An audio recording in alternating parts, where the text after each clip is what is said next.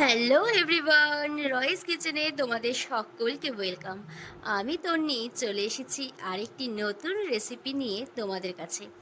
আজকে বানাচ্ছি চাল এবং আলু দিয়ে এক দারুণ স্বাদের প্যানকেক।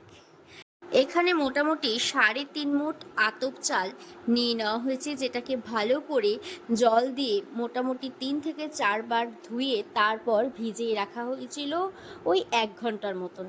তারপর শিলনোড়ায় ভালো করে একটা মিহি করে বেটে নেওয়া হলো। আর চাল যতটুকু পরিমাণ নেওয়া হয়েছিল তার জন্য 3টে গোটা আলুকে সেদ্ধ করে নেওয়া হয়েছিল, সেটাকেও ভালো করে মিহি করে শিলনোড়ায় বেটে নেওয়া হলো।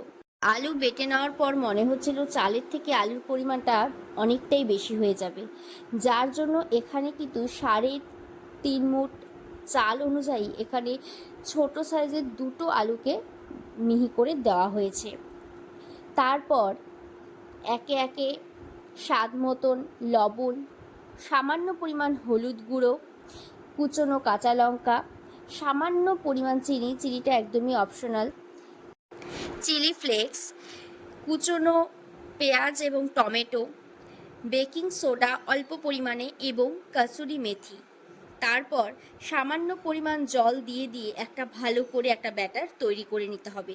তারপর প্যান বসিয়ে প্যানটা গরম হয়ে গেলে তাতে সামান্য পরিমাণ সাদা তেল দিয়ে এপিট ওপিট করে ভালো করে ভেজে নিলেই রেডি আমাদের এই দারুণ স্বাদের প্যানকেক। কেমন লাগলো রেসিপিটা অবশ্যই কিন্তু জানিও। আর হ্যাঁ, একবার হলেও কিন্তু ট্রাই করো। তোমরা এটা অনায়াসেই বাচ্চাদের স্কুলের টিফিনেও কিন্তু এটা দিতে পারবে।